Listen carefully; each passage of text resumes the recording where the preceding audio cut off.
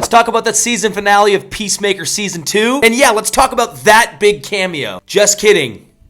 There was no big cameo. Now, I want to make this very clear, guys. I'm not just looking for cameos, right? I very much enjoyed the second season of this show. And the fact that there wasn't a big cameo, spoiler alert, in the season finale of Season 2 doesn't mean that automatically makes the finale bad. But I gotta be honest, man. I feel like you maybe missed the mark a little bit. Season obviously did a great job setting up some pretty interesting situations, but I feel like off the bat, you wasted Earth X. We heard about like this Sons of Liberty like resistance. I was really excited to see that, or maybe like them helping them like take back over. Nothing there. I thought there was at least going to be like something a little more interesting with the multi-dimensional portals. And though James Gunn says that's a huge part of what the Superman sequel will be, still think I didn't really find anything out. Or was it really entertaining, you know, obviously other than like the Candyland? I thought that whole sequence was really funny. I hate to sound coy, but like with a season finale, there obviously usually is like a big set action piece.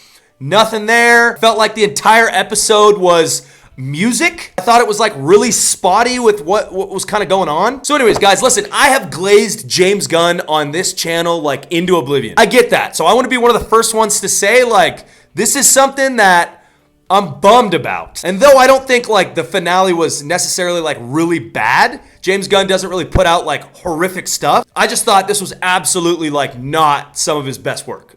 There was some cool resolution, and I'm like excited to see what goes next. But I would like to talk about this big cameo. Yo, we got nothing. James Gunn literally said we were gonna get the biggest cameo in the last episode, and literally there was nothing. Maybe it was like one of his favorite bands? Again, I know that's kind of a side piece, but when James Gunn, the creative director of DC Studios, is legitimately saying, I can't show this episode to, you know, a preview audience. You guys have to wait. There's a huge cameo. And there literally was nothing. And hate to say this too, in episode 6, I thought the Lex Luthor cameo was kind of weak too. When you're building this huge DC universe, this is a great opportunity to show some cool characters, especially some from like Lanterns or Supergirl. I don't know. What did you guys think?